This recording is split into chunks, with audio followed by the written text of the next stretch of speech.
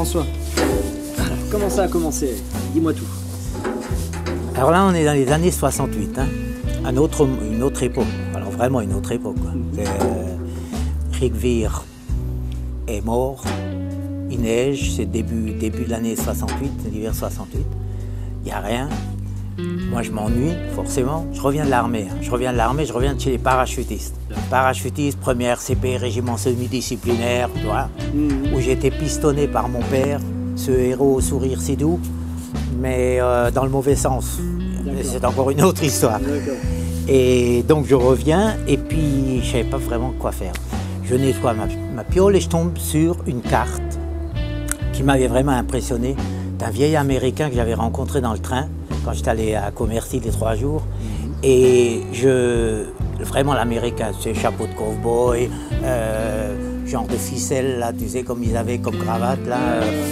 Il revenait pour la première fois, il était parti avant-guerre, il revenait pour la première fois. C'est un genre de retour aux sources, au pèlerinage et tout. Et puis on discute, cuisinier, il me donne sa carte. Une carte en or, tu sais, en relief, chef of the chef, United chef of the chef. Moi, je croyais que c'était le plus grand chef des États-Unis, tu vois. En fait, il faisait juste partie d'un syndicat de cuisiniers, quoi, un petit syndicat de cuisiniers, il était. Et il me dit, si tu veux venir, écris-moi. Bon. Donc j'écris, il me répond, et il me dit, viens, prends ta valise et viens. Bon. Tu voyais bien qu'il n'était pas tellement au courant des changements de politique d'immigration et tout ça, quoi. Pour lui, il se souvenait de l'époque avant-guerre où tu venais. Bon. C'est bien, il était bien, quoi. Et puis donc, je fais ma valise et j'y vais. Alors, j'avais un visa de touriste, j'avais un voyage aller, j'avais pas de voyage retour. Je parlais pas d'anglais, donc comme je t'avais dit, je suis arrivé l'après-midi, ma mère m'avait appris good morning, enfin, et j'arrive enfin je pars comme ça, dans ces conditions, et c'est un peu tu sais, mes chers parents, je pars, tu te comprenais bien, je pars, tu sais, avec ma mère à la gare qui pleurait, et là t'en as gros sur la patate, tu vois. Mais tu pars en Amérique, tu pars en Amérique. Arrivé à l'aéroport à Roissy, j'achète un gros cigare, je joue les Américains, tu vois, et je vois un couple qui me regarde, genre PDG et dans le regard condescendant, là, je chie la honte. Je vois tout de suite que je suis pas du même monde. Hein. C'était vraiment le paysan endimanché, tu vois, endimanché avec les pantalons hauts, le cigare et tout. Bon, j'éteins mon cigare, on prend l'avion. L'avion, super, calme, plein de place, la moitié de l'avion est vide. À l'époque, c'était un voyage, c'était pratiquement 4 mois de mon salaire, tu vois. Donc c'est pas le même monde. Ah, c'est pas le même monde, hein, c'était pas le même truc, tu vois. Et on s'occupait de toi au petit, tu étais vraiment le roi, quoi. Et moi, j'avais pas l'habitude d'atterrir, par contre, tu vois. Quand je prenais l'avion, on sautait en parachute, et donc la descente, là, ça a été un peu...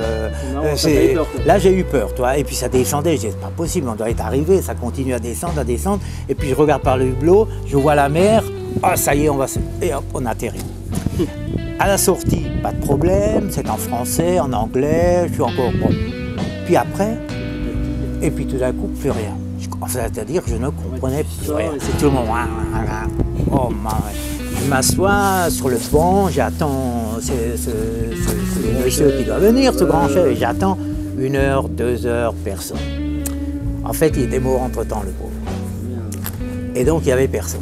Alors, au bout de 2 heures, j'ai pris le bus et puis je suis arrivé à San Francisco, mauvais quartier, hein, mauvais endroit, pas trop truc. Et puis surtout, je voulais aller aux toilettes, tu vois. Et je voyais un petit bar, genre un peu la suite de la prohibition, tu sais, ces bars où il n'y a pas de fenêtre, où tu as juste c'est sombre dedans et tout. Tu rentres, il y avait un noir assis au bar qui mangeait un hot dog. Alors moi, je montre au barman que je veux la même chose. Parce que j'aurais pas su comment expliquer vraiment. Voilà, ok. Et puis je vois à la fond de la salle, je vois une porte noire où il y a des hommes rentrés. Ça doit être des toilettes. J'y vais. C'est souvent comme ça. J'y vais, je rentre. Et là, je vois, il y a le temps de m'habituer un peu au truc, je vois des lumières rouges et bleues. Rouge et vert, pardon. Rouge et vert, rouge et vert. me suis dit, ouais, rouge c'est interdit, vert c'est vrai. Bon, je rentre dans un où il y avait la lumière verte, quoi. J'ouvre le rideau, je rentre, c'est sombre, je tâtonne un peu et j'arrive à un genre de petit miroir, tu vois, avec une fente, mais dessous. Et là, je me suis dit, c'est un peu comme Charlie Chaplin dans le monde moderne, tu vois. C'est l'Amérique, quoi. Tu payes, et puis la lumière s'allume, la musique se met en marche, les WC sortent, enfin, tu vois, c'est vraiment... Et rien. Et un peu de lumière derrière la vitre, là, dans le truc, je regarde, et c'était un pipe show, c'était un machin de porno. Moi, j'avais jamais vu ça. En plus, j'avais de la monnaie en poche. Bon, je suis un peu resté, j'ai un peu traîné. Quand je suis sorti, plus de noir, plus de hot dog, plus de valise, plus rien. Bon, alors, je sors dehors. Dehors, il faisait magnifique. Enfin, c'était le soir qui commençait à tomber. Cette odeur, c'est les grosses voitures qui passaient. Magnifique, quoi. Écoute, c'était le plus beau, presque le plus beau jour de ma vie. Ah ouais. T'as plus rien? Bah t'as plus rien à perdre. Voilà, super. Et je commence à marcher, et là au bout au carrefour, je vois des hippies qui jouaient de la musique, des filles qui dansaient avec des rois et tout. Ah, super. Je m'assois et je les regarde. Et après la suite, hein? La suite avec ensuite quand je vais avec eux à Head Ashbury, etc. Voilà. À la tienne.